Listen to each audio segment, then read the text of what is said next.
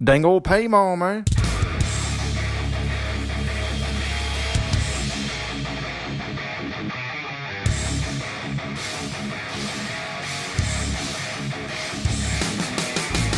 Hello, Juggalos and Juggalettes. This is the Superhouse episode number 131. As always, this is Stefan from Denver. I'm joined by Andrew in Los Angeles. Hello. And Maddie in Seattle. Hey, what's up? We're having a good old time here. We're playing Naked Bingo, and we're watching cooking shows from the late 70s. And I'm really good at it. Vegetable oil. Being naked, not the bingo. Vegetable oiling each other and preparing for the nightly sacrifice. Sweet. Can't wait. So anyway, to start off, we're going to get into some mother trucking trailers. Sorry to be so annoying. Sounds good. So, first trailer up. We got it all queued up, right, everybody? Yep. So we're going to be going into the Spider-Verse. This is a new trailer that dropped a couple days ago, maybe a week ago. And, yeah, so 3, 2, 1, start. Hey. This animation style is nuts, man. Yeah. Dude, this movie. Hello. Fuck that shit. This shit looks sick, though, dude. I'm fucking stoked for this. I love how it looks. I love how it looks like comic book panels, like the different colors. There's kind of the duotone thing going on. Yeah. Yeah. The dad's my favorite part of this trailer, hands down. Yeah, What? that's good. Not your dad. I love this shot right there. Boom, that animation on Spidey, so good. Yeah. God, the art style is just fucking fantastic. Dude, it's fucking so good. Who is this guy? This demon guy? I think he's a villain within Miles Morales' universe. He's not, yeah. I don't he was think in. he's... He was actually the big bad villain in the early Ultimate Spider-Man series, the Brian Michael Bendis series. Copy that. Yeah, and then Miles Morales took over the Ultimate Spider-Man line, and then so. This older Peter Parker, yes. man. Who is voicing him? Jake Johnson. Okay. He's from, like, The New Girl. He's, like... I think the last thing I saw him in, he's, like, Tom Cruise's sidekick in The Mummy. Like, he's, like, a comedic dude. But I love his voice. I think it just sounds great for an older Peter Parker. It does, yeah. I think it's very good casting as well. Do it like you. Brooklyn! Oh, he's from Brooklyn, Nice. not Queens. I love this. Oh. Dude, that shot is incredible. Like, just continually use that. I'm sold. Oh, you got multiple villains going. Yeah, Kingpin's in it. Jeez. They're really nailing this one, man. Yeah. This looks... I love that go between the 2D to the 3D. Yeah. I hope they do a lot of that in it. Well, not a lot, but, you know, every now and again. It just looks cool. Great comedic timing moments. Yeah. This It's so good. That's a copy. Spider-Man. This shit coming up, though, dude. I haven't seen this. Oh, well, you need to... Oh, yeah, I have seen this. Yes, I have. What are you talking about? It's fucking Spider-Gwen, dog. Look at that shit. Yes. I love it. There's a girl one. I love it. So good. So fucking good, dude. I'm super stoked for this. I mean, I was in from the beginning, but... Christmas this full too far trailer away. was- right? It just keeps Too getting far. better. Yeah, it's there's really not much bad about it at all. It's like they're just nailing it left and right. And it's coming out this Christmas. It's looking like December is going to be having Bumblebee, which is the first good Transformers movie it's looking like. Starscream looks great. And then Starscream does look great. Bumblebee looks good, too. Bumblebee looks great. Aquaman coming out. And, wasn't there another one? Oh yeah, this one. The one we're talking about. Yeah, 3 big ones right there. I just like that Marvel was like... Because their animated films aren't that good.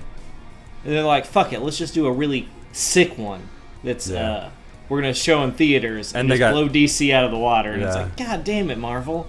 Took advantage of the Sony money that's behind it as well. It looked like Yeah.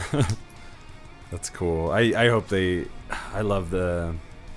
I mean, I love where they're at now between Homecoming and this with Spider-Man, and just love Spider-Man anyway. So I hope it really sets off, because I'm down to go into the Spider-Verse. Let's get in it. I want to see all the crazy villains, Spider Hunters and Hydro Man and Scorpion, and like really dive into it, because it's a whole universe unto itself. Who's your favorite Spider-Man villain? Favorite Spider-Man villain probably gonna be. Ooh, that's tough, because I don't really recall very well right now. Maddie? Yeah, go ahead. I'd probably say the Lizard, because I like creatures. Oh, and Mysterio. Sorry. The Amazing Spider-Man with Andrew Garfield. I love that movie because it's like a Spider-Man horror movie. It's sick. It's a creature feature horror movie, and I loved it. And it's a shame that there weren't 3 of them and that the sequel sucked. Yeah, man. It was unfortunate, and the internet took a big shit on that reboot series, and it was not bad at all. Yeah, I think so. Did you ever get one, Stefan? Mysterio, I really like. I can't say 100% that he's my absolute favorite Spider-Man villain, but he pops in my mind as being like a really unique one that I think he's super cool, and I'm really excited for Spider-Man Homecoming, with him being the villain and all, and Jakey Gyllenhaal's being rumored to play said villain. It's gonna be tight. I love the illusion aspect of everything and his origin with movie special effects and stuff. So it'll be interesting to see how they delve into that. But yeah, I like the idea of Mysterio. I mean, but Spider-Man has so many good ones. I like Shocker too. Like I like the Sinister Six. I love Doc Ock. Oh man, Kraven. It's all ripe for the picking. Yeah, Kraven's right now. fucking dope. Kraven, yeah. Oh man, I would take a series of animated Spider-Man films too. Like I'd go Kraven or Mysterio, but probably since Kraven, I know we all are children of the '90s, but Venom, man, just up there. Sure, yeah. But Venom and Spidey need their own movie. They got some shit they need to work through, and you can't clutter it up with all these superfluous villains and subplots. So take heed, Sony. Take heed. You don't want another Venom Sandman movie, that's for sure. That's for Spidey sure. 3 with a fucking jazz dance number. All right, Oh my god, that killed Tobey Maguire's career. He's so fucking greasy in that shit. That was like the worst. One of the worst moments in comic book movie history. Yeah. That should be a fucking list later on. Yeah. Not worst movies, worst moments in comic book movies. Yeah. That's a good one. All right, that'll be number 1 on everybody's list. Okay, going into The Predator, and I haven't seen this, and Stefan, you haven't seen this yet either. I haven't seen it either. I was waiting for the podcast. I've watched it like 3 times now. Well, that's good. Me. You're Mr. Predator. All right, everybody. 3, 2, 1, start.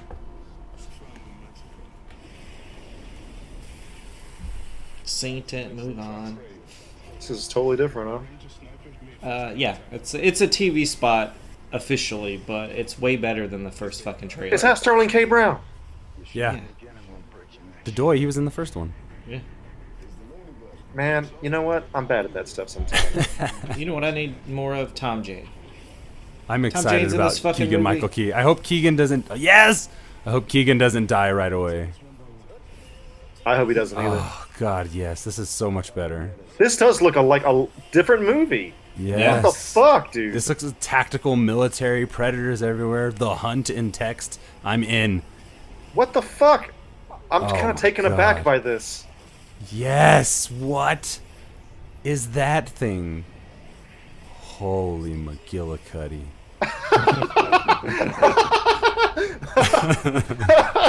That I was can't top that. I think that says everything. fucking. Are there 2 predators in that thing? Woo, that shit I was think there's going to be awesome. several predators from set visits and Different stuff. tribes and whatnot.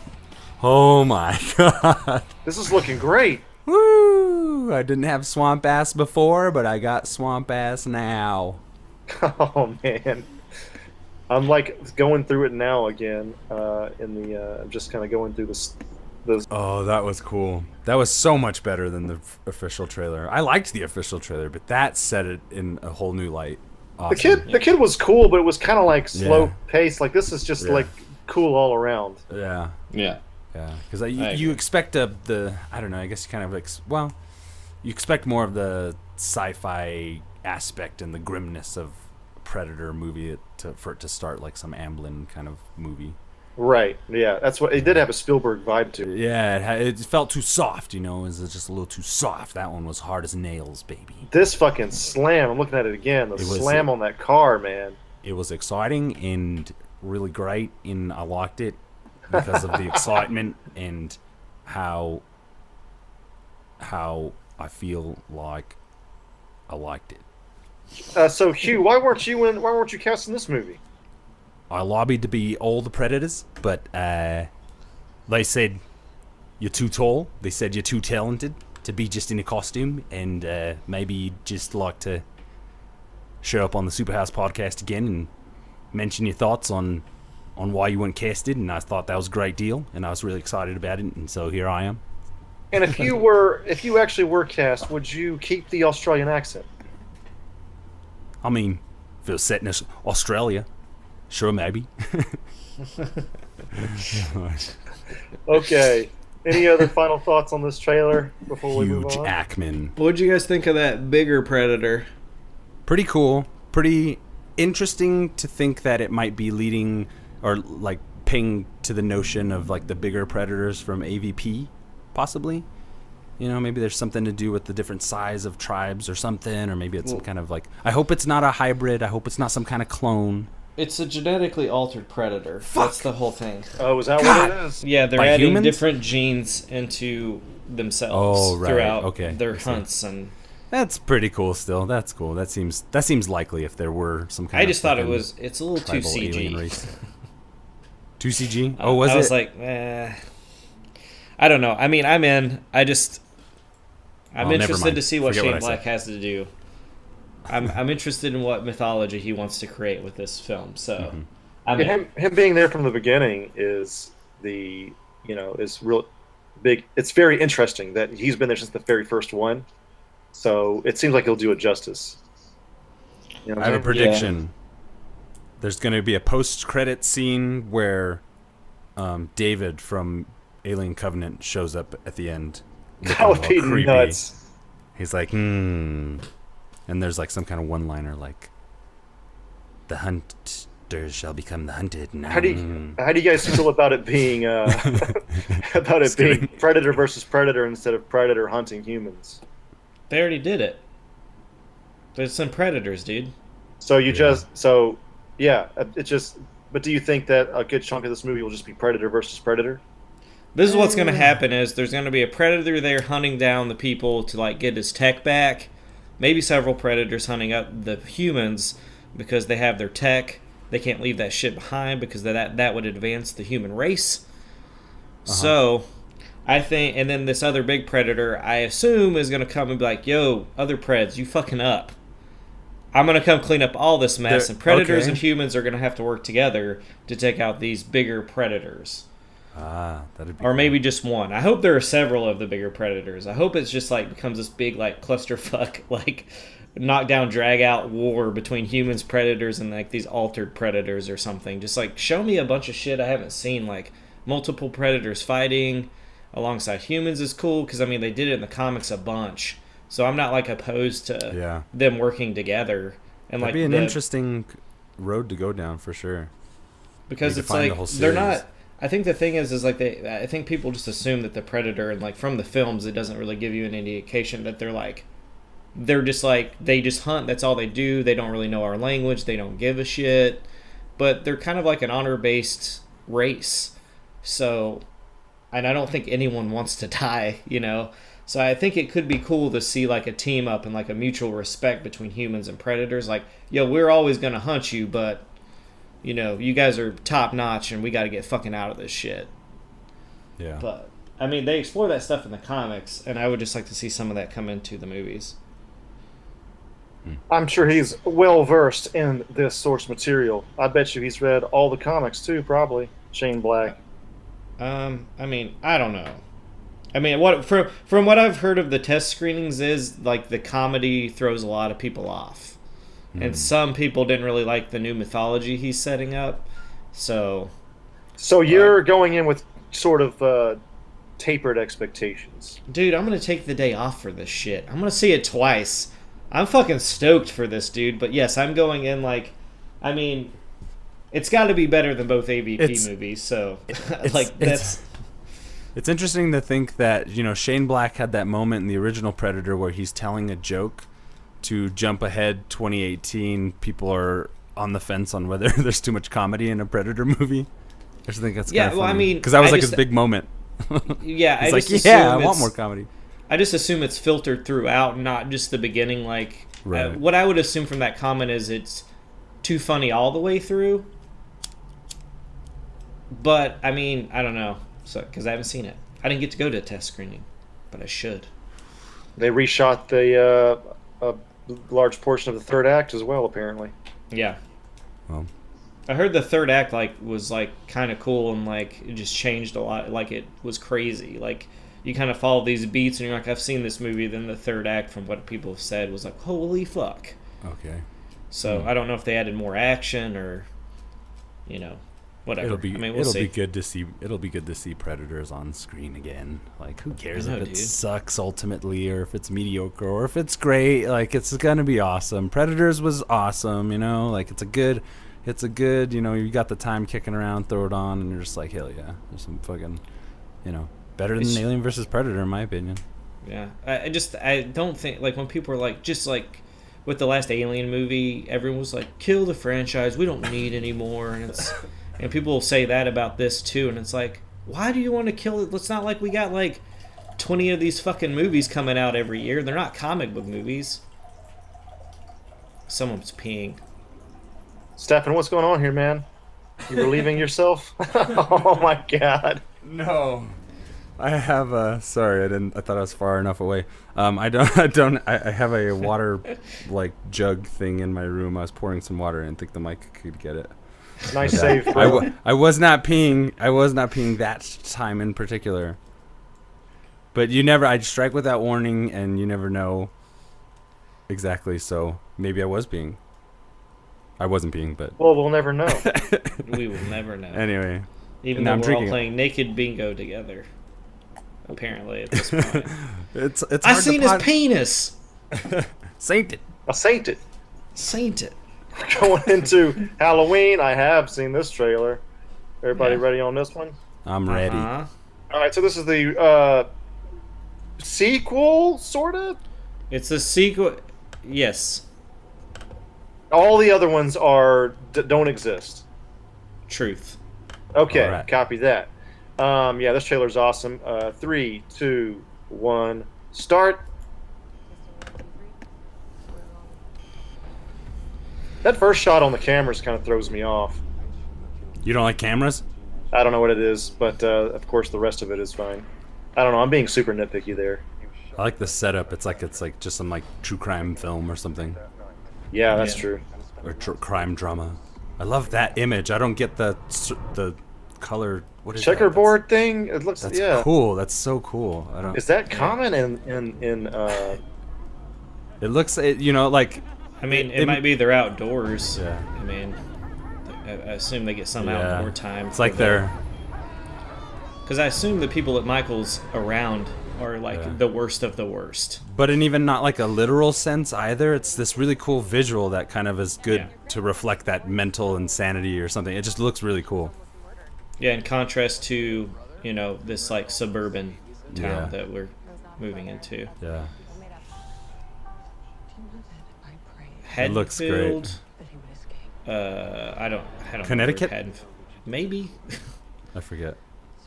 I don't remember, but it's Haddonfield is the name of the Yeah. town. Yes. Yeah, John Carpenter has been on board with this one. Blumhouse. All right. Yeah. The cast is kind of ridiculous. Yeah. She's hot. Dude, this right here is, I was like, I don't know about this, and then I saw this and I was like, oh, this is gonna be Yes. gory as fuck. This shit right here, This- dude. Yeah, so Yes. good. It's terrifying. This shit, dude. Putting on his fucking mask. Yes, that shot is so good. It almost has Yeah. emotion in that emotionless face. I mean, it's like when he puts it on, it's like he's holding So it, man. iconic. It's fucking. Oh yeah. He's back. That's amazing. That's shot through the thing there. That smarmy guy is a great character to. He looks like a good, Shitty. interesting character. Yeah.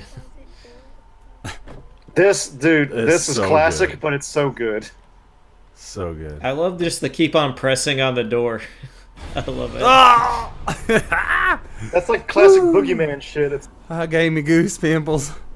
David Gordon Green, did you guys just see that? Yeah. Directed by he David directed. Gordon. Oh my It's written God. by him and Danny McBride. What?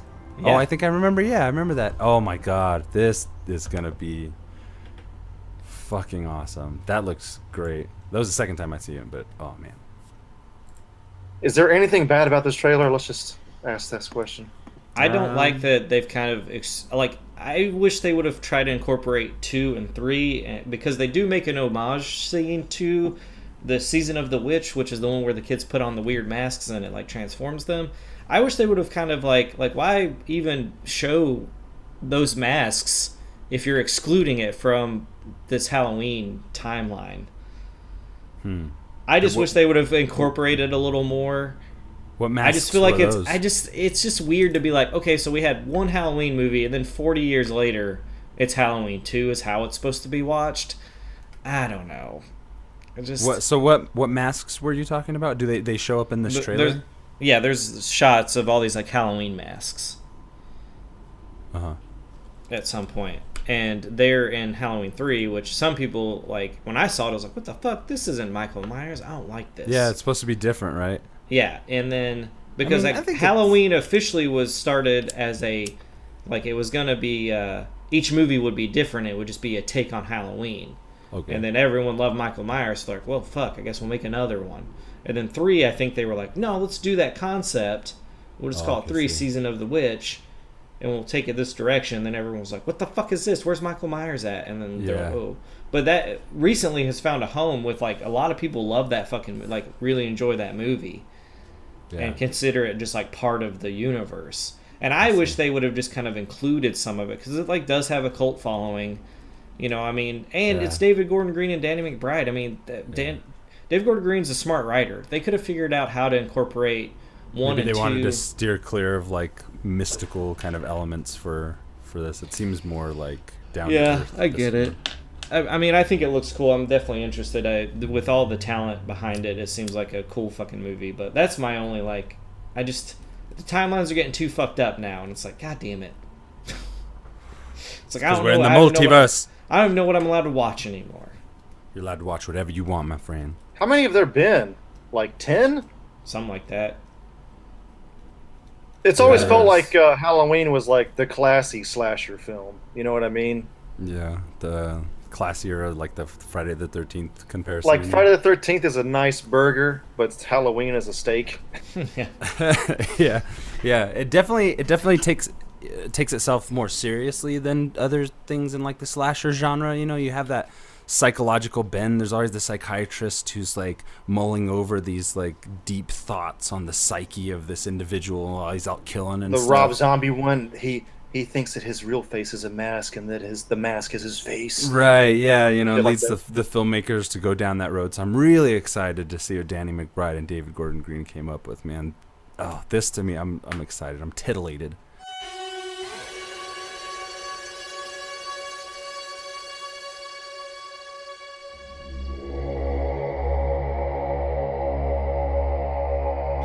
Welcome, listeners, to Superhouse Podcast's review of Hereditary, directed by Astaire, starring Toni Collette, Gabriel Byrne, Alex Wolff, and Millie Shapiro. Alright, guys, it's time. General thoughts, Andrew, go. I was confused after I watched it, and I don't know. So I might have needed to see it again to really get it, and I have talked with you, Maddie, and Stefan, one-on-one about it, and it actually did help me. And I already liked it, but it made me like it a little more after I understood it a bit more. And I do think it's still a little bit overrated. Like it's saying it's the best horror movie ever. Like, hold on, that's not. I still don't think that's true, but I did like it quite a bit, and I did enjoy the turn at the end. So there's that. Stefan? At first, like the hype around it, I think got to me a little bit. So I went into it thinking like, I don't like saying I had high expectations, but I was like, well, if it's at least as good as like The Conjuring, and I really like The Conjuring, and that seems like, you know, mostly kind of a mainstream horror movie. I'm like, if it's as good as that, then I'm down, you know, or whatever. And I found myself really enjoying it throughout the whole movie.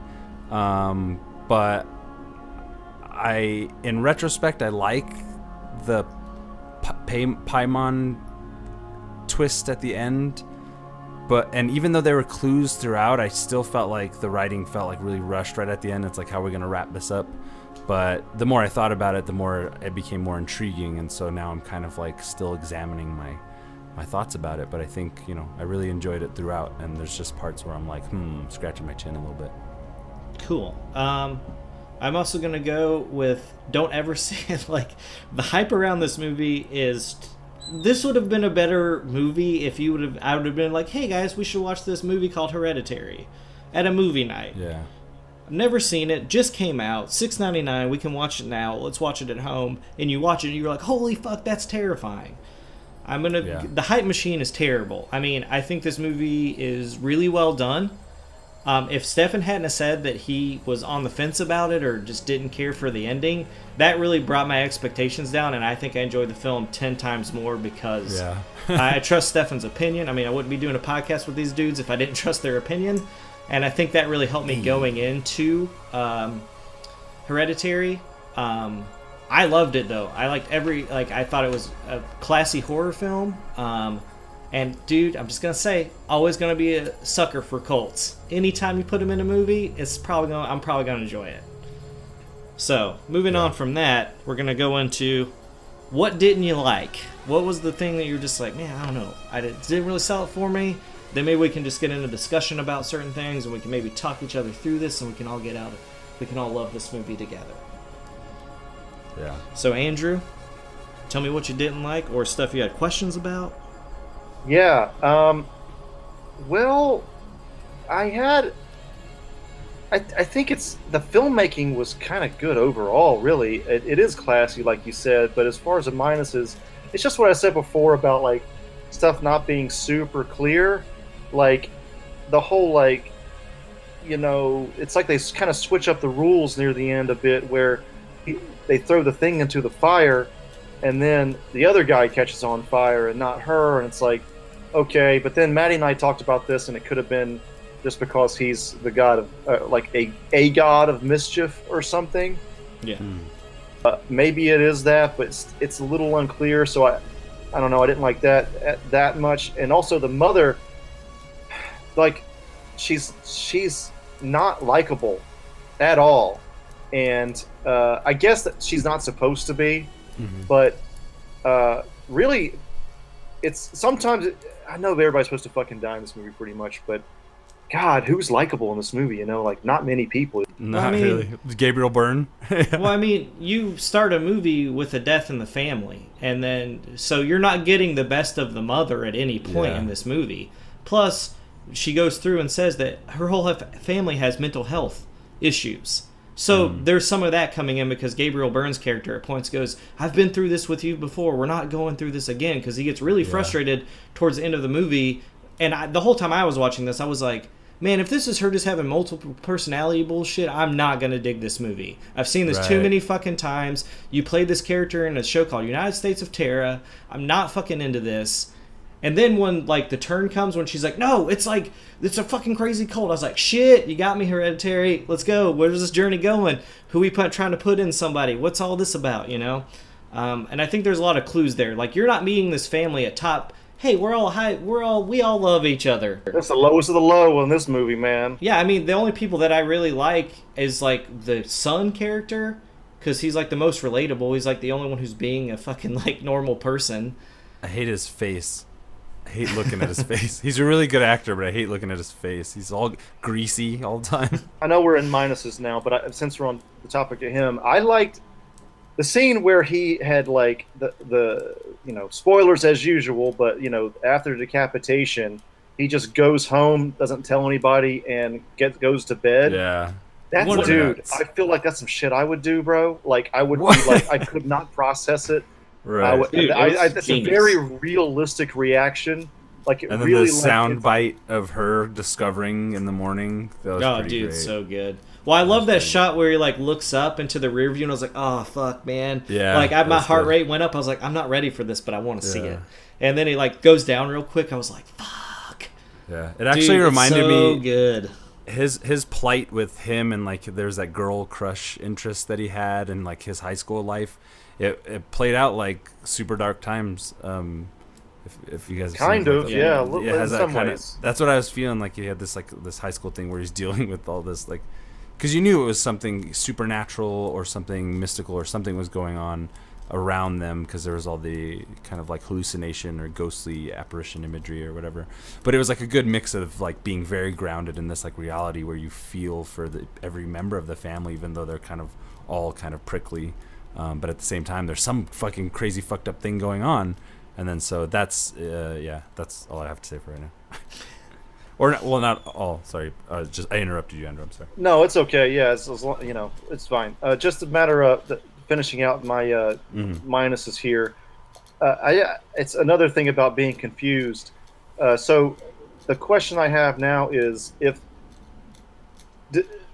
the mother's body is in the attic, then how is that affecting things? That's why the house. That's why they're being the Paimon is able to move from body to body because she's in the attic, or like what exactly? Why was that important?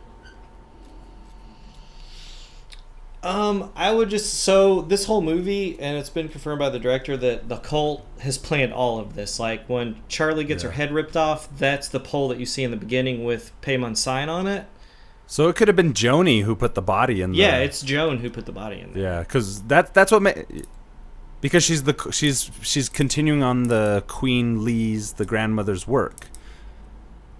So she just wants the body there for the coronation of Paimon, Peter? Yeah, well, because Yeah. then if you notice, all three of the women in the family are decapitated, and then you have the mother and the grandmother are bowing, and then you have Charlie's head on top of the fucking king statue thing, so that there's a notion of like why do all three of the women in that family need to be decapitated for the specific ceremony to bring Paimon into the body of Peter.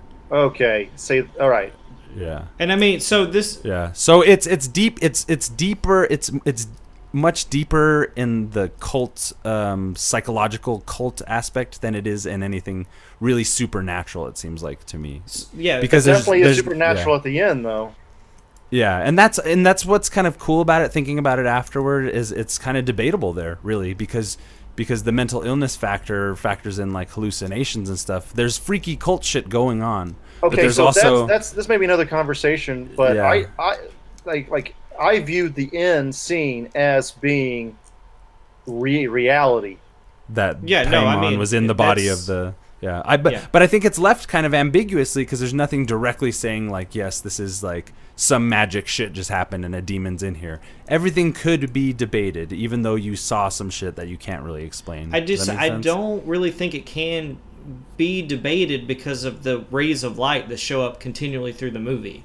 When you Okay. see that, Right. that light go But- into him and disappear, Yeah, but that's nobody like else. the entity is. Nobody else sees that, but the But- person who the scene is focusing on. No. We see it as the viewer when it enters Peter because Peter's knocked out. We're not Right. viewing that from any other person in the film. That's for us viewers to know that he has become. No, I know, but the other time in the hallway when he sees the light, he's I the know. only one really perceiving that light at Yeah, the but time. So. Charlie's seen it and Peter's seen it, so it does exist. I know, but either character, mentions that to one another. You know what I mean? So we know that they've seen it. Yeah, that's 'cause directly. Charlie's but dead That's at what, that that's all point. I'm saying is that's what's cool about the movie is you can. I feel like the elements of the film are left to be debatable, in terms of like whether it's more. The things that we've experienced and seen are more the metaphor for the mental illness and how the mental illness stuff factors into the imagery and the plot and then and ultimately into Paimon. don't- Because there was a quote by the director how he said like Paimon came in late in the script, so he like kind of assigned just whatever deity sounded like it made the most sense to what he was doing. So I think it's kind of like a combination of both things is what I'm saying. It's like, which I think makes it good. I agree up until the end.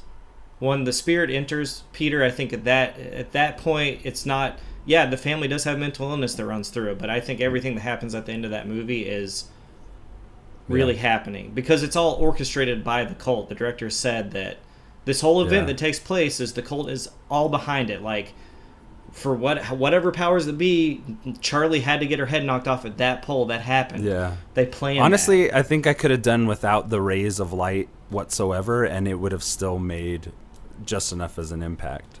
You know, I like that kind of because bugs me. it was a different way to do to show something was occurring, like there was a spirit around. I did think it was going to get a little sci-fi the first time it shows up, and I was like, "What the fuck is this?" Yeah, I wondered about And I was that too, like- and then But I liked it because it came into play. It was like how you knew that Paimon was around. Like, Yeah. So, I guess I thought it was kind of a cheesy effect too. I didn't think the effect was really dude, that great. shot in the school hallway scene is pretty dope. That's when I thought it was the most like 2CG-ish. The first time you see it, when it just kind of cascades the room and you're like, whoa, what was that? I was like, that was cool. But then the later one was a little more too revealing, I don't know, or something. But Yeah. Can I do I got a couple more dislikes, I think. Cool. I think they're dislikes is the thing. I'm not really sure exactly. But there was a lot of imagery that I thought was really cool looking, but it didn't seem like super consistent. Like there's the house at the very beginning, that very first shot of the house on stilts, the little cabin outside. Mm-hmm. It was really pivotal, and they do bring it back around with that image, but then they also do that thing where we go into the dollhouse and then it turns out to be the real room, and ultimately just ends up being a stylistic choice other than like something that has to do I with thought that house he was seeing with the Yeah. red windows through his room, I thought that had something to do with the miniature houses for the longest time. Yeah. Well, and I felt like that first little cabin was like really profound image, but then you have these miniatures thrown in, which the miniatures are really cool, but I also felt like, okay, like I don't know, there's two different types of like houses that we're looking at. I mean, I guess we're looking at houses the whole time, honestly. But I guess what I'm trying to say is that the miniatures didn't seem like they kind of wrapped into the story so much, other than to kind of like tell moments of the story, which I do think is cool because it's better than like expository dialogue of like grandma used to do this and grandma used to I know do that. what you're saying. There's nothing deeper being said there. Yeah, I thought All she yeah. does is like it shows that she handles her grief through her art. Right, and I like that. That's it, really. She's an artist. I mean, that's her Yeah. job. So they're gonna showcase that. I get that. I I feel just felt like everybody who watches yeah. a movie, if there's anything cool in it, it's got to have a fucking meaning in it. well, Like, it's why not didn't even they that it use has that more? meaning for me. Yeah. This is kind of like the exact kind of like Criterion kind of shit that usually does have meaning. You know what I'm saying? And I'm not saying this. I'm and not. I don't think. I'm I don't not think you're saying this anything makes it a about terrible meaning movie exactly. either, right, Stefan? You're just saying that it's. Yeah, I'm not talking about whether it means something necessarily. I just think that that for film, like the visual aspect of it, I feel like there was a lot of different types of like stylistic visual things that they were doing in the movie, and I don't feel like they all added up, in like a balanced kind of way. Maybe she feels like she doesn't have a control then- over her life. well, 'cause this then is a life that she can have control over. These Sure. I mean, yeah, sure. But I think also, like, when you start getting into where Charlie's making her little dolls and stuff, so there's all these other objects that are meant to take significance or whatever. They seemed to focus on all these things, and I guess I wanted them to tell, I guess I wanted them to just, like, be more consistent. I don't know. Maybe that's really nitpicky, but the consistence with the themes. like visually, like the visual execution of what we're looking at and stuff like that. I wish they would have taken some steps back with maybe like not so many miniatures, not like a memory every other scene, maybe just like 3 significant memories that she's working on. When we first see it, she's working yeah. on like a children's hospital and a playroom. Yeah. Like, she's not even working on any dark shit, really. Yeah. She doesn't start working on dark shit until later. Yeah, I guess I just felt like throughout, like, they're introducing a lot of visual ideas and not, like, knocking them all out. Well, there is that scene, too, that's one of the most fucked up ones, in my opinion, is the one where she's doing the scene with the head, the decapitation. Right. And then the father comes in and says, well, what are you doing? This is nuts. And she's like, it's from a objective point of view or something like that. And it's like, that shows just how nuts she is with a response like that. Yeah. It's like, okay, it's objective, but this is a scene of your daughter getting her head fucking cut off. Yeah. And like I said, like this is forget the view. This is nuts you're doing this. Yeah. And like I said, a lot of my comments at this juncture are kind of still on the fence, because I the more I start talking about them, the more I start thinking about them, the more I look at them differently and stuff like that. So, that's why I think I really like the movie. So, anyway, I think those are my gripes for now. I don't think I really disliked anything in it. Everything was kind of, I just thought it looked great visually, and I found a way, like, anything I had a question about, like, I was just like, oh, cool, I think it's this. And once you read more about Paimon and stuff, a lot of, like, what that god can do makes a lot of sense of the events that unfold in the movie. Yeah. And that kind of sucks because, you guys have, like, people have, like, so say if King Paimon wasn't written about ever in history and this is some new mythology, that would be weird because you're like, well, how do I answer these questions? But, like, doing some research, I know it's very rare we do it here on Superhouse Podcast, but reading about, like, just different interpretations of him and what people say and think he can do, and, like, what his powers are, makes puts a whole new spin on things. And I think I sent, like, most of the articles to you guys to read and catch up on. And I think it does explain a lot. I don't think it explains everything. And I think some of it is just the director being like, it's just, it's what I wanted to happen. And it's like, that's cool, man. It's your vision. And I also, like, my roommate was kind of upset that there wasn't more with the miniatures. Like, there wasn't more of that in shot, like at the first shot of the movie. And, like, they're like, well, why did they do that more? Why wasn't something going on in the dollhouses? And I was like, all right, this might sound like a shitty thing to say, but I bet it's budget. I bet the script was huge, and it probably had a lot of cool miniature dollhouse shit in it. And then they're like, we can't afford that, dude. We're A24. This is your budget. Like, you want to incorporate this, that's fine, but you got to work it in somehow, And then I thought, like, I saw that shot, and I was like, that's really cool. And immediately popped in my head was, that's a Wes Anderson shot. Like, if you had a whole bunch of dollhouses and we were always entering them to go into a room or, like, to show what was going on in a house really far away, everyone's going to be like, this is like if Wes Anderson made a horror film.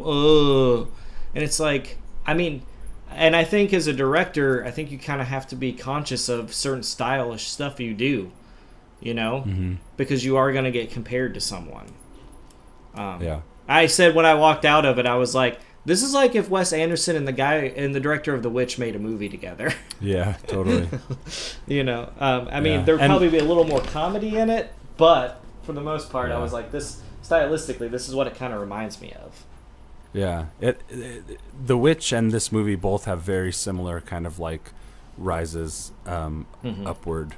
They were both Sundance, like, critical darlings and stuff. So it's interesting to see that comparison. Especially because I love The Witch, and then, like the, I don't know. Go ahead. Yeah, I mean, I like I said, I don't really think I have any dislikes. I'm kind of glad. I am glad that Stefan took me down a notch from going into seeing this, because I think I probably would have had a worse reaction. My initial. It's good to be brought down a peg before you go see a lot of stuff, because there's all this hype around everything now because of the internet. Yeah. Like, nothing's a surprise anymore.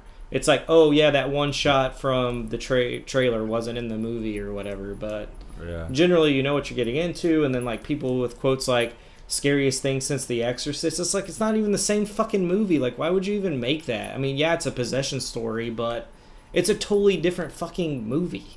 If it's anything, it's like Rosemary's Baby meets Wicker Man or something. Yeah. But I just was like, I don't know. I hate that quote because like one of the roommates I once saw it with was like, I just thought it was gonna be like creepy like The Exorcist, and like I wanted that kind of like that terror. I was telling Stefan too, probably a dislike is I thought it was too tame. Because I thought this movie, like, the way it was kind of, like, they were just like, it's terrifying. And I was like, damn, I'm going to see some fucked up shit. Like, I'm going to see stuff that's like, oh my god, that's fucked. I wanted to see some really twisted, like, innovate on some of the, like, more twisted shit we've seen lately, from It to Conjuring and whatnot. Toni Collette cutting her own head off, though, was one of the most fucked up things I've seen in the theater. That image does stick with me. And there was some decent scares in there, but yeah. I mean, yeah, I think that's a pretty fucked up scene. I'm not saying it's not. Also, seeing Charlie's head all fucking maggoty, pretty fucked up. It's just like, I've watched entire movies with that nonstop. I think ultimately I just wanted the ending to fuck me up more, and I just felt like, yeah, okay, I guess. And I like cults and stuff. I just feel like there's a whole lot of that going on right now. And so that was like... But has that been in another movie, though, recently, though? I'm just thinking, like, cults are just big right now in general, like Wild Wild Country and stuff. And like, oh, well, that's like...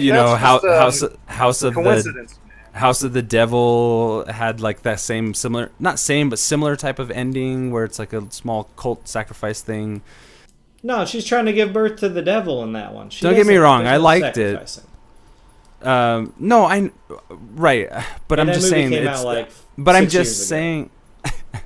All right, fair enough. I would agree with you. Maybe I've seen a lot of cult movies recently. Maybe I personally haven't. And just took you that, did took were away you from were me. just saying you've been watching a lot of true crime shit recently, so True, I get that. Yeah. But the thing I'm just going to counter with real quick that I've never seen a story about King Paimon. Right. And like using a lesser, like godlike creature who is in Satan's army. Like you rarely see that. It's always Satan. It's always the devil. It's Lucifer. It's always that. I like that. I like the idea of like these little. Oranzi Pazuzu. I like these little like cult. I like these little like sanctions of cult that might also be trying to raise other of like. Yeah. There's a lot of these gods that exist, and I like the idea of that. The whispering in the ear too, like Paimon or whatever.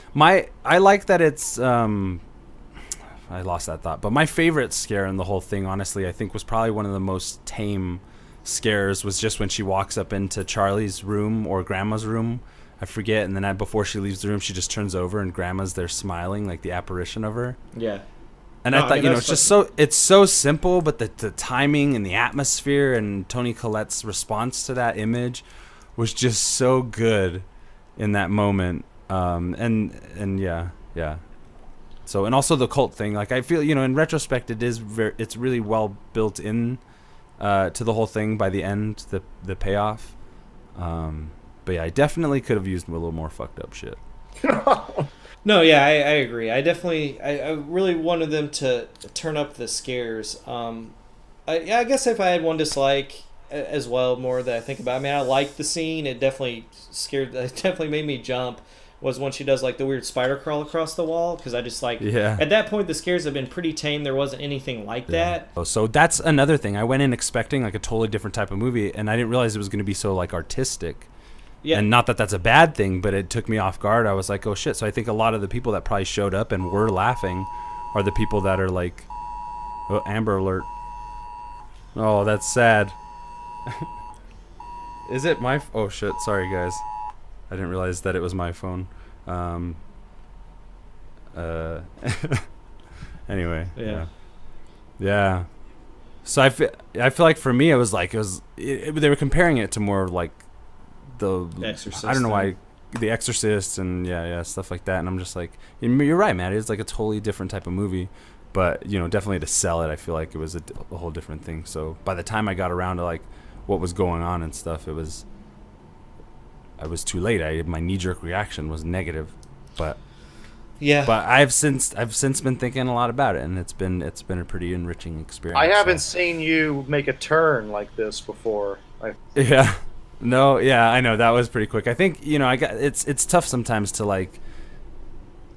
I try not to go into movies thinking so critically about them, but sometimes you just like that's just what happens because we spend so much time talking about movies, which I love. So sometimes I'm just like, I gotta take a step back from myself a little bit, as Maddie famously would say, "Get over yourself."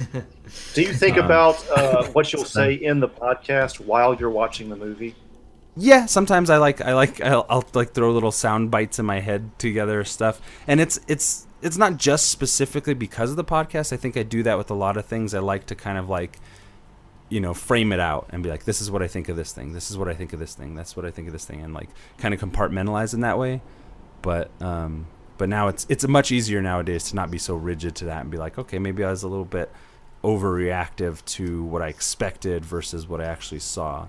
And the one thing I'm proud of myself for doing is just like I was fully engaged, fully focused. I didn't have the issue of anybody stupid talking or anything to disengage me. So I felt like I remembered quite a bit of the film, and I processed it pretty well. Mm-hmm. But that being said, I think there is a lot of stuff that I missed, and didn't want to admit to it right away. Because my knee-jerk reaction is never pretty either. It's just like, that was bullshit, fuck it, sucks, move on to the next thing. So, So I know, that's why we have private group chat to process these things through. Yeah, when I got that, I'm the fucking meat grinder. I think when you sent meh after you saw it, I was like, damn, really? Like, what the fuck, man? Like, there was nothing good about this movie, because there were shots in the trailer that I would be like, it wasn't that good, but it was shot really well. But just meh, I was like, come on, dude. This is a pretty high-grade horror. Like, there's got to be something you like. One thing you had to have liked. And Stupid. I was like, but honestly, yeah, I mean... Thing is, also, I ascribe to the hermetic, like, Loki-esque mischief god kind of thing myself, too. And I know it's a deep-rooted thing. It's probably mean sometimes and comes out negative, but I like to stir it up. Oh, yeah, sometimes. So that was, I think that was Paimon, exercising himself through me in response to that. So threw people for a loop, because my friend at work asked me too, like, did you go see Hereditary? How was it? And I was like, it wasn't no big deal. So it throws your expectations all out of whack. For a film that plays on your expectations so much, I think it's the best thing you could do for somebody. Yeah. Tell them it sucks. See if they go see it. That's true. You'll end up enjoying it more, really. Yeah. The expectations are such a big thing. Because I feel like I did honestly let the hype get to me and be like, okay, well, it's just if you line something out and say it's the scariest movie even of the year, I'm just like, all right, I'm already calling bullshit. Like, let's see, who said that? How many people said that? I don't. Trailer looks good, but like, really? So. Yeah, I always look, who's saying this shit? Yeah, I don't mean to be so rude, but Film of the year, you must not have seen I Feel Pretty. Yeah, but I do really enjoy like the satanic mythological stuff that is played into a lot of movies like The Witch, and I really like that kind of bend. But I wish there was more of a way to get more of the Paimon mythology in there, or more of the demonic stuff. But then maybe it was good. I think the scene with Joni talking about her like grandson or whatever. Again, it's like maybe they are sitting there communicating with the ghost, or maybe it's some type of spell. Because really, what we're talking about here is witchcraft. Cults aside. Yeah. It's like it's summoning and conjuring of demons and shit like that. So like that's what I love. I thought it was going to be just a ghost movie, honestly.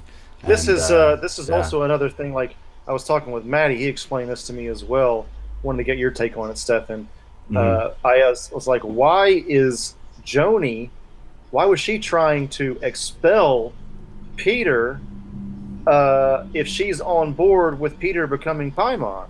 Oh, she's trying to get Peter's spirit out of the body. Yeah. She's like, go away, Peter. Which I did not. This is another thing. I did not get that when I was first watching. She wasn't trying to just get him to like run away, because this is near directly after Tony Collette's made the connection with Joni, and Charlie's been dead for just a little bit, and so he's dealing with all that. Some lady from across the street, like poor fucking kid. And man. then in the text that when she goes through her mom's box of like the text that she's reading, there's a moment that says that how Paimon has to enter a body when it's at like its weakest or its weakest moment. So this whole thing with Peter is everyone's tearing him down. He's becoming less human. Like when he's like. I mean, he jumps out a fucking window because he thinks it's his only option, dude. Yeah, and his mother, when they get in that fight, they're like not mother and son like I know it. You know what I mean? Like they were. Oh, that was so intense. Like that other scene, whenever she's like when everybody catches on. Well, when they catch on fire in a dream sequence, man, that was also. That's a good point, Maddie. Like, I think they really prepared the vessel throughout the whole movie in interesting ways. I mean, first of all, his grandmother dies. They didn't seem to be that close because he doesn't seem upset. So whatever. Yeah. But that stuff weighs on you. I wasn't super close with one of my grandfathers, but when he passed, I was just like, God, that's someone that's not in my life anymore. You know, and I did, we never really connected. He's like, he was a farmer and I'm like a fucking artist, and but he loved me, I loved him. We just didn't connect as me and my other grandfather did, and that shit happens. But I still loved him, and I'm sure there's some love there. So that's the first thing. Then he kills his fucking sister, dude. Ugh. Yeah. Paymon should have just entered at that point. How low can you fucking get, dude? But they just take him the fuck down from that point on.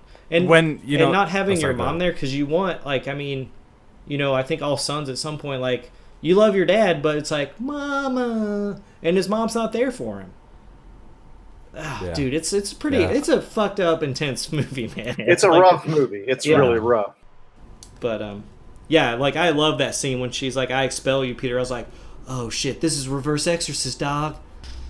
Putting bodies into her brother or whatever. Oh yeah. I didn't even I had to read about that. I think it was in the article I'm gonna cite later and stuff. But, when Ari Aster talks about how the cult designed everything, I think about that shot where there's just a ton of nuts being chopped up. It's that was meant at to what be. Point did the either the cult physically or mystically provide the ingredients for that thing to be set up? And it's funny.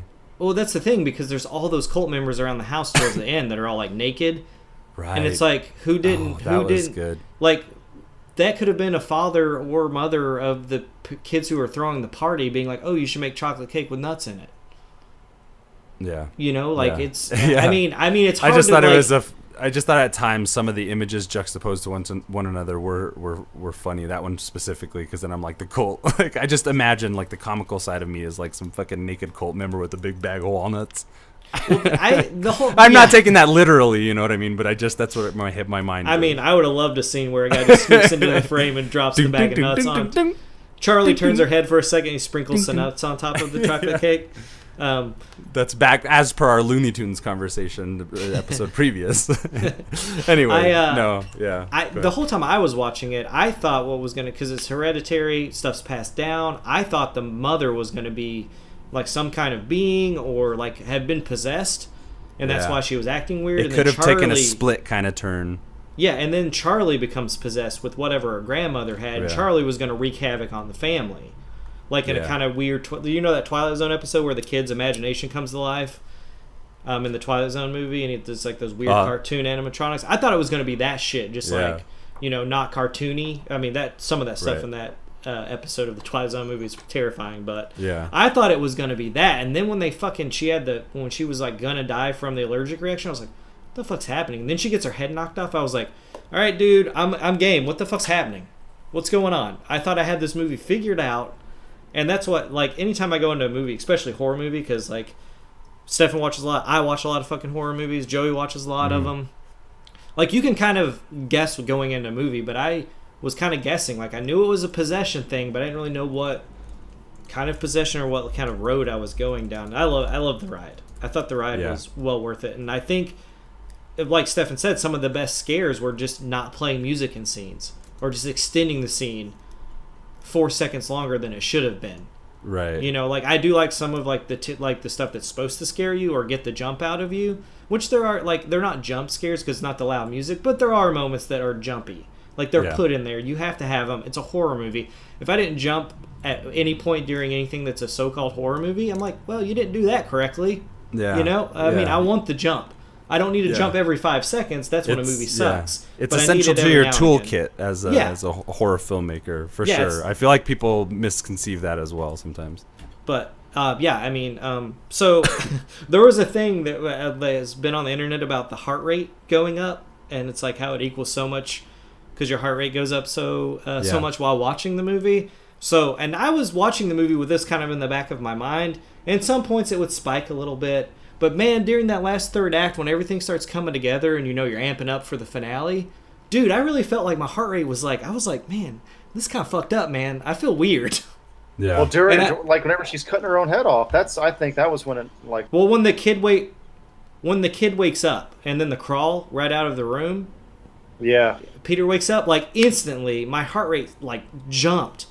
And I was like, at no point had the movie prepared me for this moment. Like, I knew it was coming, but I just thought it was funny that people have been noticing the heart rate. And I was like, that's not going to happen. It's a horror movie. But I noticed, and like even the roommates, I was like, oh, did you guys hear about the heart rate thing that people were saying, or like the articles on? They're like, no. I was like, but they're like, but I felt it. And I was like, sweet, that's pretty cool. But I was wondering if you guys felt any of that while watching it, like towards that final act where you're like, man, we got to calm down a little bit, guys. Let's take a step back. Yeah. But I loved it. I just was like pumped. I was like, God, I'm going to see the fucked up shit now. And then the head, her cutting off her own head, which, by the way, that scene's dope when he jumps out the window and you still hear it. Yeah. And I'm like, oh my God, you got to cut through a lot of meat there. It was that whole last third act that, really just ramps up. Yeah, I mean, I thought it was well done on the director's part, just amping things up. So we've kind of gone through what we didn't like, what we did like. One more thing that I didn't think worked really well was when she's trying to pull off the son's head in that one scene. When he wakes up, he's like, what the fuck? I just thought the shot looked weird and awkward. And that's probably the only shot that I was like, I don't really understand how she got under the behind was the it bed. made? Did it actually show her? It's kind of ambiguous. No, I mean, right? Yeah, I thought it having like some like it touching him or him feeling that it touched just didn't work with the rest of the movie. It's a dream sequence too, so it's Yeah, got the whole. I don't know. I mean, I know what you're saying, but it's like, it's fine. Is it though? I mean, I need to watch it again. That was the only one scene that kind of bugged me because I didn't feel like there was a lot of physical contact with each family member that much, except when he's carrying Charlie out to the car. She says in that scene too that she's never wanted to have him, and she tried to.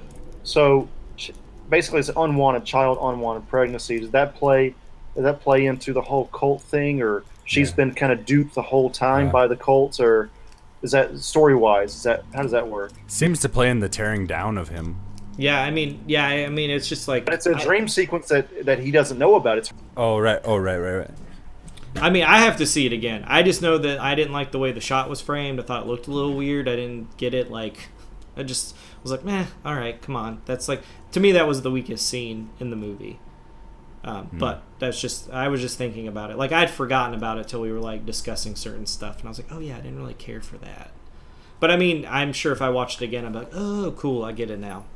Because, I mean, there's a lot that happens. And you're also dealing with, like, this new mythology, godlike character. So, we're just going to do through this. I know Stefan had already mentioned. I'm just going to do your favorite, like, just a favorite creepy moment, favorite scare, something made you jump. Doesn't matter, just something they're just like, that's sick. I like that. That was good. Yeah. Andrew, if you want to go, just a scene that you're just like, that's fucked. Fucked instead of cool. It's whatever. I mean, just something that you're just like... Something stood out. Yeah. Honestly, it was the fucking Paimon, like, coronation. Like, whenever you hear the whisper, like, you're a general in Satan's army. And, like, and it's from off screen. And you just see the voice of him sort of there, but he's a shell of a human. But that shell is still not full, like, still trying to unpack what's going on. But the fucking demon's pretty much taken over. And it's also like, I like the cult shit too, and it's like, oh, this movie's about Satanism. It's like, oh shit. So to me, that scene's probably number one, and then if I had another one, it would be the head being cut off scene. Cool. Because it's so fucked up. Stefan? I think my favorite, most like fucked up moment was my jaw dropped during the decapitation of Charlie. Just from seeing the first trailer, I thought she would play a much more significant role, like in The Omen. Yeah. Or that's kind of like what I was expecting. Again, expectations, they can be trouble. But it did well prepare me because you have this, creepy kid. All right, I see what kind of movie this is. And then that shit happens. You're like, I have no idea where the fuck I am. Yeah. You know, like my jaw dropped, and and the way they did it too, because it's so sound driven, you know, and you're experiencing a lot of what happens through Peter's face, and it was classy and it was gory without you actually seeing too much of that. I think you don't really see her head hit, do you? No, you just hear. You hear it, right? Yeah. The rip. It was done really good, and it most disturbing moment for sure. And I think it was really well done and awesome. So I agree with both of you guys. Those are great. I love. So there's one moment where Charlie is looking at her grandmother, and then there's this weird, creepy, smiley guy, and I was like, "Man, that's a pedophile. Weird. Why would you put that in the movie?" Then later on, when his mom's in the corner, up in the ceiling, there's another guy standing there naked and smiling like that, and I was like, "That's unsettling." I may have missed It's the that. same dude. So he looked so. For me, I don't know why I thought this, but he looked German as fuck, like he was in Rammstein or some shit. it's because of that slick back hair, dude. Yeah, that really was what it was. Blonde. But I really want to go back and rewatch this movie because I feel like the cult members are always around. Yeah. And I mean, I think all the stuff with like the Charlie head on the weird King Paimon idol doll statue was fucked up with the mom's head down. Like, it's all good. It's like there's a lot of really cool shit. But just that moment of him standing in the doorway, I was like, oh my god. I also like the whole mom chasing her son and then her banging her head on the ceiling was just super unsettling, especially with the sound design. And then one last thing, the sound design is incredible in this movie. I was sitting like in the very middle, like a row, like I wasn't super close, but like there's really good seats in the theater we go to where you can like prop your feet up on some railing because we don't have the reclining seats at the one that's closest to our house. So we got those seats, but I was right in the middle, and there's a bunch so Charlie throughout the movie makes clicky noises, just like that. Yeah. And there's a moment where I think it's like Peter's hearing it, or I forget which character, but I could have sworn to God someone just did it behind me. And then they do it again, and I was like, "Who the fuck? Like, stop doing this! This I know isn't exactly cool." what you're talking about. And I was like, "That sound, like, however that sound works, which I'm sure it's like pretty technical or whatever, but that surround." Just that dude, it fucked with me. But that was the only time. Like, I don't know. I was just like, man, that's fucked. Please don't be doing that behind me. I don't want to hear that for the rest of the movie. I thought someone was just fucking with me, dude. It's like, I don't want to hear that. Yeah, man, I thought this, like, the creepy stuff was good. I will say, like I said in the beginning, I thought it was a little too tame. But I think the stuff that they did do was very good, and I think if it would have been too extreme, you might have lost a lot too. But that's my expectations again. I'm always looking for the next horror movie to be like, that's fucked up. That's crazy. I ain't never seen that before. And I've never seen one that saw their own head off, but I've seen that razor wire been used. It's called Audition. Which cuts off that dude's leg. Oh, yeah. Yeah, so, but, cool. So, the next part I have is called All Hail King Paimon. And this is just kind of like if you guys have questions and want to know some answers about, like, what he is. So I'm just going to open the floor if you guys want to know anything. So, because I read some of the articles that you had sent as well, but maybe describe more of, like, what he's known for. If you got those, like his particular style. I got it ready. Nice. So for the listeners, there's this article on Thrillist.com called "What You Need to Know About King Paimon and Hereditary" by Lindsay Romaine. Really great article if you just want to dive more into it, because this is going to be kind of like the abridged version, because I'm not reading this whole article. Yeah. But there's another Demons and Demonolatry is another one I looked up, and he was like the demon of the day, March 6, 2015. So I read that article. He is first mentioned in So Paimon first appears, and it's an anonymously written grimoire called Lesser Key of Solomon. You can actually buy this book on Amazon. Yeah, Interpretations. I have a digital copy of it. You can get a free PDF. Just Google that shit. And I think, I don't have that, but that would also that also goes through all the other. That whole book will go through a list of other gods, demons, and shit. And he is he's considered the master of art and sciences. He knows everything. If you want to know about art, science, the way the earth works, you talk to King Paimon. He will give you all the deets on how all this shit works and break it down for you. And I think, So in the movie, he has to have a male host. The director made that up. I don't know for what reason. You're just gonna have to ask him. It's not specific of why. It's actually said that he is more when he's drawn or like been seen, he's more effeminate looking. So I don't understand why it necessarily had to be Peter. And he is kind of a lot of his like depictions show him riding on a camel and stuff. So he is kind of like a Middle Eastern kind of deity that was an or interesting god, or that's how he likes to appear anyway. So and I did at and the actor is like part Jewish. Yeah. And he has a bunch of like other nationalities and all that. So I don't know how much you want to read into that, but it is I think it is an interesting like visual thing to do, because they do talk about the description of him being like Middle Eastern and the crown and stuff like that. And so I think there's something very deliberate there, which is cool, because you can obviously tell like all the family members don't really look like they could be, or well, I guess the children don't really look like they could be from either parent really.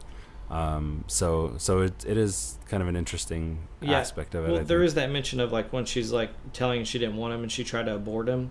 Oh, right. Maybe it's not Gabriel Byrne's kid? I don't think it's Gabriel Byrne's kid. I think it's probably something she did early in her like. Yeah, and he's so supportive. He would just be like, well, it's part of the family now.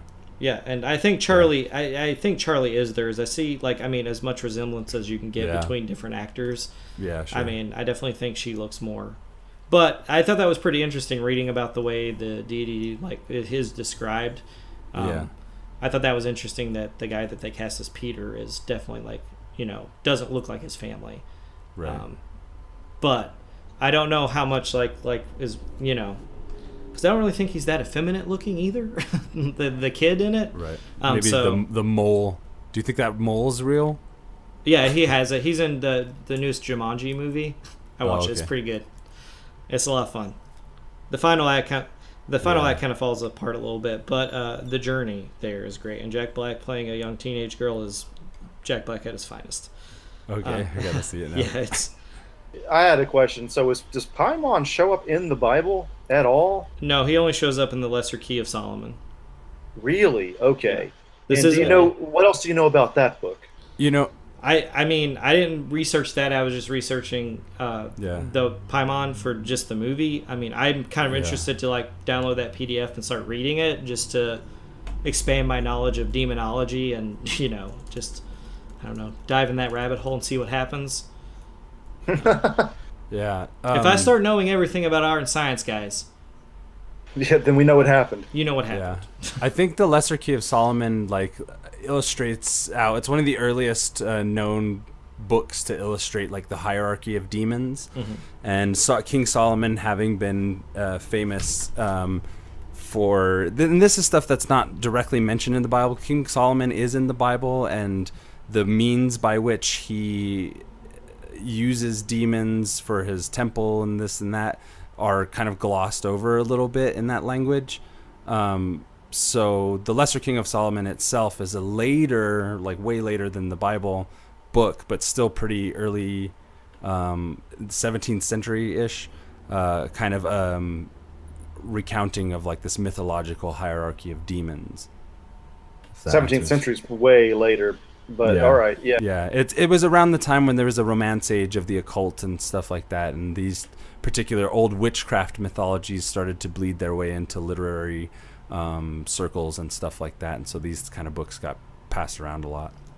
The Ars Goetia and he like, is the movie correct when they said that he is like a general in Satan's army or something like that? Yeah, he commands like 200 legions of spirits. Yeah, so you have 72 of these demons, and they all have a certain number of legions that they control, and that is all within the book. That's there's another book called the Pseudomonarchia Daemonium, which also illustrates the specific kind of like notions that these demons represent. Oh, Amber, what came on as soon as you said demon? Dang. I know, I'm telling you, gotta fucking light some sage after this episode. I learned this from last podcast, but they said in there, when they first started printing the Bible with the printing press, it of course was the number one book in Europe, but number two was a book called the Malleus Maleficarum, which is like a book on hunting witches and Yeah. trying witches, Yeah. trials. So Yeah. that shit was just huge at that time, man. Yeah, it really was. It was a weird wave where entertainment, literature, and prejudice kind of like mixed in this soup and stuff. So that's why you have a lot of like such provocative materials around this kind of thing. And then when your movie is like referencing something that's built into an already previously fleshed out kind of mythology, then I think it lends a lot more weight to the film. And I thought that was pretty cool. It caught me off guard, I guess. Well, I really like there were clues, but yeah, I liked it. The symbol is also like if you just looked up Paimon before this movie came out, like that symbol, the necklace the mom's wearing, she's wearing, that's the symbol that's used for him. Yeah.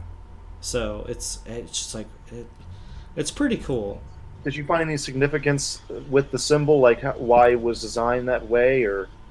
I mean I feel like that's like super deep dive stuff, and like I think it has to do with him riding the camel or something like that, like camels being ridden.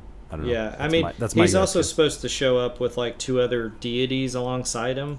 Yeah. So I don't. People have like they summon him and they like actively like. I was reading, I deleted it, but someone was like actually conjuring him to help them in certain things because I guess it's weird because he is like a demon and he is part of Hell's army, but he just kind of is like a kind of gray area. I mean, I guess he can do fucked up shit because if he grants you something, he's going to ask for something in return. Yeah, the big no with King Paimon is to say "Hail Paimon" without you gotta saying you got to say King Paimon because he believes that he deserves to be called a king. Exactly, yeah. Yeah, and Hail King Paimon. I don't want to get in trouble here. Yeah, right. That's why it was called. There's something else I was reading I wanted to bring up.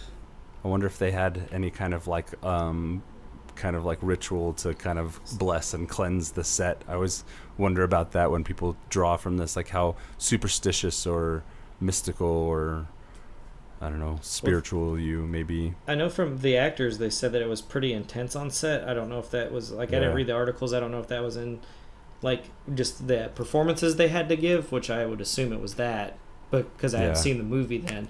But anytime they make a horror movie, there's always that weird shit that happens on set, especially when it's conjuring stuff that, talking about things that are supernatural. But I did want to say just to kind of. Because we did, the cult has orchestrated everything in this movie. One of Paimon's many powers is knowledge of past and future events, clearing up doubts, making spirits appear, creating visions, acquiring and dismissing servant spirits, reanimating the dead for several years, flight, remaining underwater indefinitely, and general abilities to make all kinds of things and all sorts of people and armor appear. So he's fucking can do anything. So I feel like any like questions and I'm like, oh, how did this happen? Like, because I was like, why did the body fly up into the fucking house? Like, what's that? Because Paimon had entered Peter at that point. So I was like, what's the point of the body floating up except to maybe give him direction?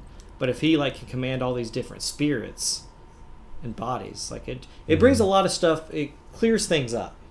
That you're just like if you're deep thinking about it. But yeah, I mean, I feel like most God and like all this deity stuff, like they can basically do everything, right? Yeah. They like have no like weaknesses really. Right, yeah, because they, a lot of these demons as well are representative of like psychological things that have been attributed to them. So like visually in your films, that becomes like the meat of how your representation of these like kind of characters and stuff like that. So I'm sure there's a lot of details in this that are peppered in to kind of illustrate the style by which that demon brought himself essentially into being in the boy and everything in Charlie. Does he have any kind of like motive like against or for Satan or? I think they take it pretty easy down in hell as long as you got your legions in control and you're sticking to the plan. Lucifer was the first to call for equal rights and got cast down for questioning the vengeful wrath of Old Testament God and whatnot. So, I think they do things a little bit differently. Sounds, from what I understand, way less conservative in hell. So, Did you find anything like that in your research though, Maddie? I mean, at no point is he like trying to overthrow like Satan or anything like that. Or I mean, he commands his legion, and that's what he does, dude. And people summon him to know, I guess, to make their lives better or make themselves smarter or more knowledgeable. It seems like. I mean, I was gonna watch some videos of people like using incantations and stuff, and I got a little creeped out. I was like, I'm not gonna watch this. What is it about that, right? Like, I'm also like very non-religious. Don't believe in that shit at all. I think it's cool, like as far as imagery and stuff like that. Listen to metal, whatever. But it's like it's still like. I think you're probably the same way, Maddie. Like you go home and it's like something about that stuck with me. I mean, I'm just not trying to invite weird shit into my house. Yeah. I mean, I don't know if I like. I mean, I just think I have a healthy respect for just because I don't believe in God and all that and other people. I mean, I was just like, man, just some of that shit's weird, and I don't know. Yeah. Like, it's because the day when you like brush it off, then you experience something. You're like, oh fuck, and, I didn't. You were trying to dot your I's and cross your T's. You know what I mean? Yeah, I mean, I've watched too many horror movies, dude. It's like when you watch Exactly. Evil Dead and they hit the tape player, you know the incantation's going to happen. Don't hit the play button. You know, it's like when I saw the YouTube video of this guy with like it was just like a dude, and he's like Paimon incantation. I was like, I kind of want to watch it, and then part of me was like, nah, don't do that. Yeah. Just like when you're walking down a dark alley and you're like, your intuition goes, maybe I'll just take the long way around. It's like it's just a healthy fear of things. Just in case. What if I'm wrong? Right, yeah, exactly. What if I'm like, I'm atheist, and then Paimon's like, hey, dude, what's up? And I'm like, oh, shit, I've been wrong all this time. I mean, I don't know. Some of that stuff just, like, I think I'm like you, Andrew. It's just like, I'm just like, just don't poke the bear, man. Just I'm back here. with me, that kind of stuff, again, to me, it plays on the psychology of things. So I think like the idea nowadays, as I get older, the idea of bad things happening are less, because they were much more mystical back then, but much less like ghosts and stuff that I'd be like an apparition I'd see or something than psychological and emotional turns that would just start to like degrade my life or whatever, mood swings or something like that. Like how where your psyche is. To me, like madness is probably the truest hell that we could experience as living beings. So even the idea of speaking names, or like the King Paimon salute and everything, all it's just like with like what Maddie's saying, to accompany what Maddie's saying, there's just this idea of respecting, essentially, for my money, the mythology. You know what I mean? Because it comes from somewhere. It speaks to some truth. So, I like to think that you got to navigate some of these subjects with some caution, merely for the sake of your own state of mind, state of being, I guess is what I was trying to say. Yeah. Because superstition is what it is, and I think it's just as much fun as it is ridiculous. Oh, like, yeah. If I spill salt, I throw it over my shoulder. Like, I do that shit still. Yeah, not always, and sometimes just certain things. Yeah, I just stay away from salt. Just stay away from it. Yeah. Dun, dun. I've done it in front of customers and shit. I'm like, oh, well, no. Like, probably hit somebody behind me, but they're like, oh, he's one of those guys. Ladders, like I don't walk under ladders. Black cats, not so much, because they're everywhere, and I kind of like the darker creatures and stuff, so I feel like we're on good terms. But yeah, dude, ladders, shit with mirrors, Yeah, there's been times I've been walking downtown and the ladder is like I have to walk under it, or it's like into the street, and I'm like, I don't want to do this. I just scream, oh hell no, and then I walk around. Yeah, but I gotta go like city blocks, man. I've I done just it. kick the ladder out. Hey, fuck that shit. Just kidding. I've never. I mean, I know you guys got to do a job, but for fuck's sake, man, I don't need bad luck just because you got to do a job. Do you have to put this ladder right here, right where I'm going? Yeah. I've had black cats before, and I've never had bad luck. Black cats are fine. Yeah, I think all animals are good luck because they're surviving in a world that's being ripped away from them. PETA sponsored this episode. And that's our review of Hereditary.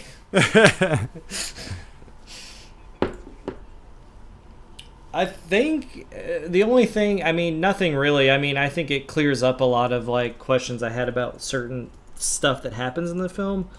which is, I mean, I think is kind of the great thing about seeing the film, that like we've done this kind of journey into what this god is, who this god is, and like trying to figure out more like what plays out in what plays out in the film. Whoa.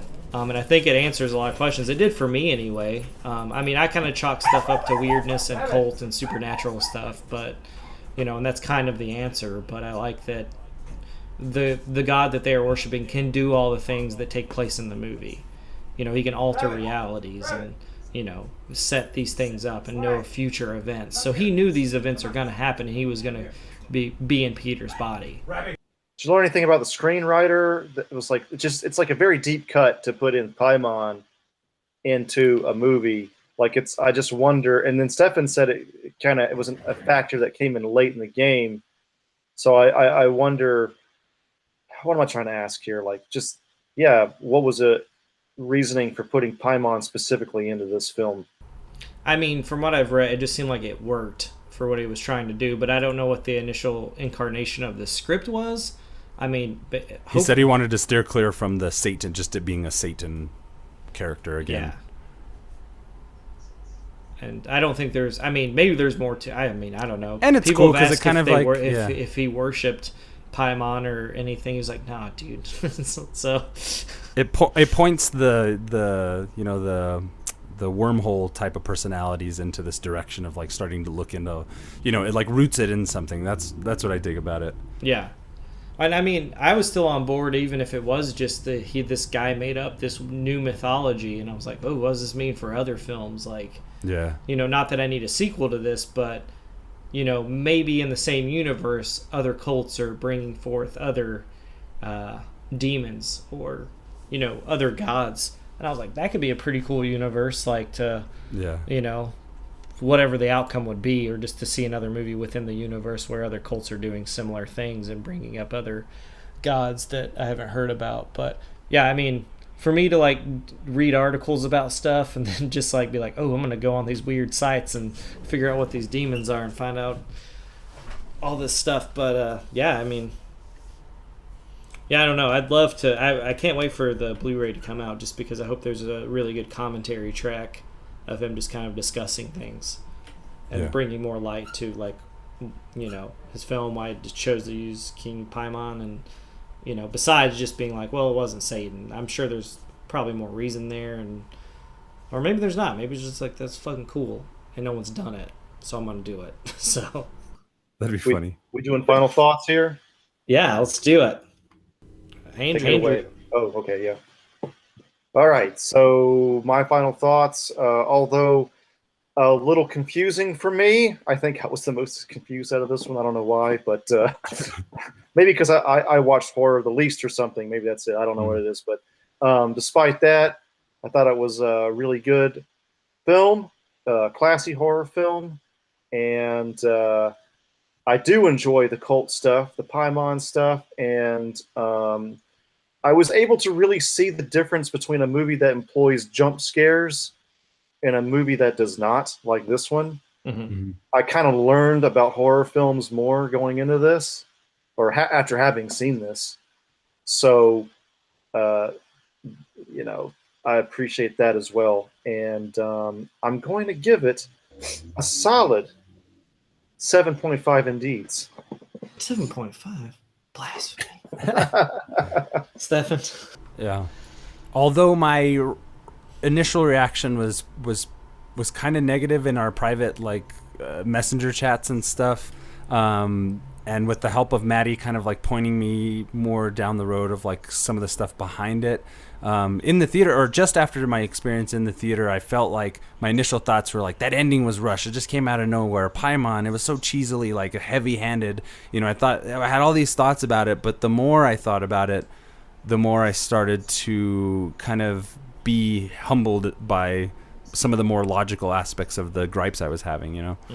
And then with Maddie's help and kind of pointing me at some articles that illustrated some other things and kind of diving into the demonology thing again a little bit was pretty fun. And then looking back on it now, it's a cool, it is a really cool original satanic movie, and I think some of my gripes about some of the visuals and stuff. The filmmaking kind of lie in the nitpicky area. But then going back thinking, I'm not sure why I was unentertained by certain things, because for the most part, it's pretty solid, and I'm gonna give it a solid 8 indeed. Wow. Yeah. Good. I'm excited. The 180. I give it. Yeah, I did a full 180 on this one, and not because I'm bipolar or have any mental illnesses that I'm aware of. I think it deserves a solid 8, and I wouldn't go around saying it's the scariest anything of this, but it did set to disturb me a little bit, and I think it deserves it. Yeah. Thanks, Maddie, for the help. Yeah, on no that problem. No, for me, I thought this movie was great.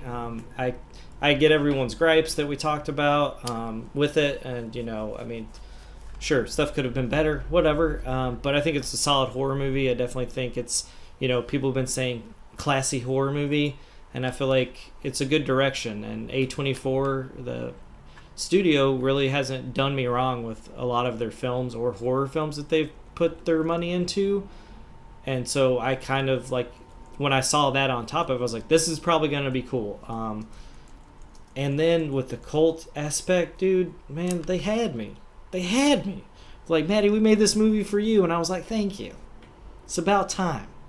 Introducing a new god that I actually wanted to do research on, because I was just like, oh, that's fucking cool. Like, I didn't even know this existed. And now I know something new. I don't know what I need this information for besides this one movie, but I'll know if he ever shows up again in any other horror film. And Hereditary did it first. But, I like that. I like learning something new. I'm glad I could answer questions for you guys, and we could have a discussion. I think anytime we have, not that this was heated, this was no Pacific Rim Uprising, but anytime we can have a good discussion about a movie and kind of talk through things, I think it always makes for a great movie. My Indeeds are, I'm going to give it a 9 out of 10. I think it's solid. I can't wait to see it again. I'm definitely going to put some time in between it and do a viewing with the housemates at her house. We've kind of already planned on it, because there's definitely a lot going on there, and I know I didn't catch everything the first time. So there, and seeing something after the reveal of such a cool him being possessed by this one of Satan's many followers from hell. It's how many other things did I miss going into this? Mm-hmm. So very interested to return to it, and can't wait for that Blu-ray. Need it now. Give it to me. Yeah, definitely want to see it again. Give it to me now. All right, Superhouse Podcast listeners, that was episode 131 of the Superhouse Podcast. I can always do that. Thanks for listening. We hope you enjoyed our review of Hereditary and our commentary on these new trailers that are coming out. Super psyched for Halloween and Predators and Spider-Man Into the Spider-Verse. This has been a great episode. I've been having a great time. And so that's just me. This is Stefan signing off. Thanks, Shasta. Andrew signing off. Thanks, Shasta. This is Maddie. Bye-bye. Thank you, Shasta.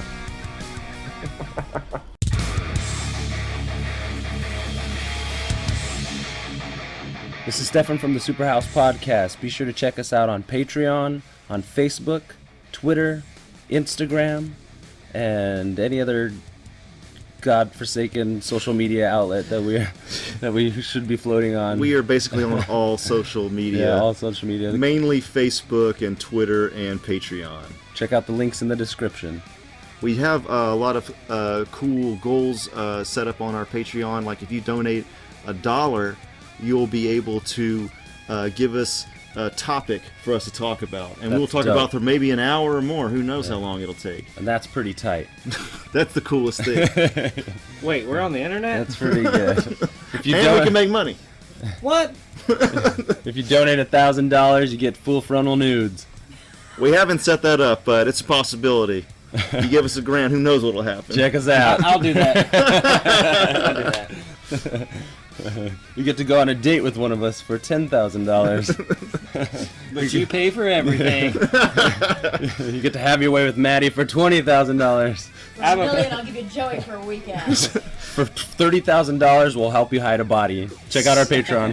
Superhouse Gigolo Project 2018.